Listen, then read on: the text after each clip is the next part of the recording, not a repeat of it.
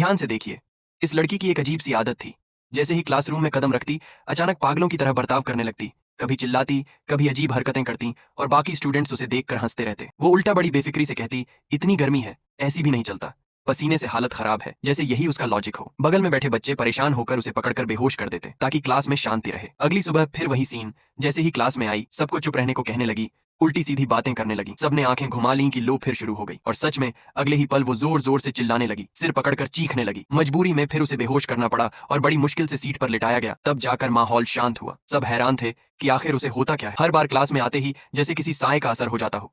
लेकिन बार बार बेहोश करना भी रिस्की था। कभी कुछ गड़बड़ हो जाती तो बड़ी मुसीबत हो सकती थी। थोड़ी देर बाद टीचर आई। उसे सोता देखकर गुस्सा हो गई।